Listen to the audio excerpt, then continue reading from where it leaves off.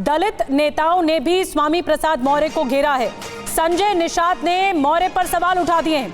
ये बयान मुलायम की सोच के खिलाफ है, ये संजय निषाद का कहना है। मुलायम सिंह यादव जी के पास हर जाति के लोग थे। ये 5 साल जय श्री राम बोलते थे। संजय निषाद ने सवाल उठाया। हिंदू धर्म और ब्राह्मणों पर टिप्पणी से अब विवाद बढ़ चुका है।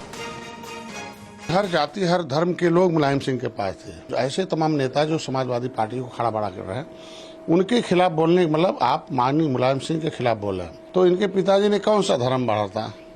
माननीय मुलायम सिंह ने जब माननीय अखिलेश जी का एडमिशन करानी है, तो अब तो ये ऐसा चुनौती हो गया कि इनके जो अध्यक्ष हैं उनको जवाब देना पड़ेगा कि उनका कौन सा धर्म है। तो उनके पर्चे को खत्म करके चर्चा में बने हैं, ये भाड़े के पहलवान हैं। ऐसे बयान देते रहे तो सफा हो जाएगी। प्रोफेसर वार्ष्णेय, किस तरह से आप देखते हैं स्वामी प्रसाद मौर्य के बयान को? ब्राह्मणवाद पर हमला बोल रहे हैं, हिंदू धर्म पर हमला बोल रहे हैं और कह रहे हैं कि हिंदू धर्म नहीं है। अगर धर्म होता तो पिछड़ों के साथ, दलितों के साथ, आदिवासियों के साथ ऐसा व्यवहार नहीं होता। क्या इस बयान का किसी भी तरह से समर्थन किया जा सकता है, लगता है आपको? देखिए समीर, हमारा एक प्रिंसिपल स्टैंड है।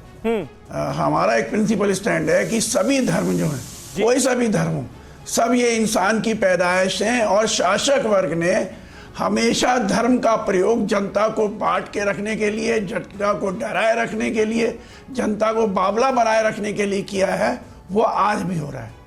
नूह के दंगे क्या हैं, मैं ये जानना चाहता हूँ। बांटने की कोशिश है ना, या ब्राह्मण क्षत्रिय वैश्य शूद्र का विभाजन जो हमारे धर्म में आया वो क्या है? बांटने की कोशिश है ना। बांटा तो है ना समाज को, जिससे और प्रोफेसर बद्री नारायण इशारा कर रहे हैं बुद्धिस्ट इंटरप्रिटेशन।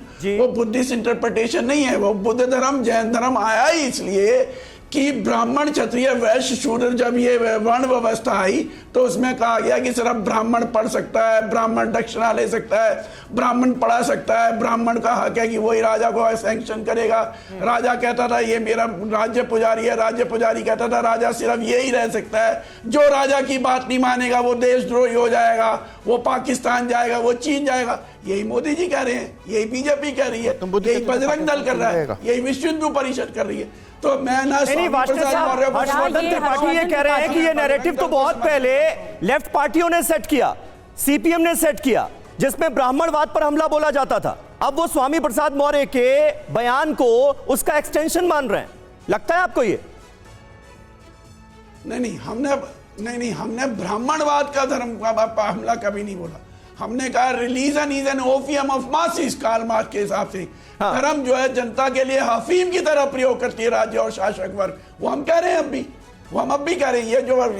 ये जो बीजेपी की तरफ से जर्नलिस्ट बन के बोले, में क्या नाम है इनका, मैं नहीं जानता। ठीक है प्रोफेसर दिनेश जी, आपने एक बड़ी बात कही, बीजेपी वालों का स्टेटमेंट। आपने एक बड़ी बात कही कि जो बीजेपी का राष्ट्रवाद है, क्या आप सवाल इससे उठता है, हर्षवर्धन त्रिपाठी जी मैं आपके पास आ रही हूँ, क्या बीजेपी का जो राष्ट्रवाद है या धर्म का जो कोर एजेंडा है उसकी काट स्वामी प्रसाद मौर्य ढूंढ रहे हैं?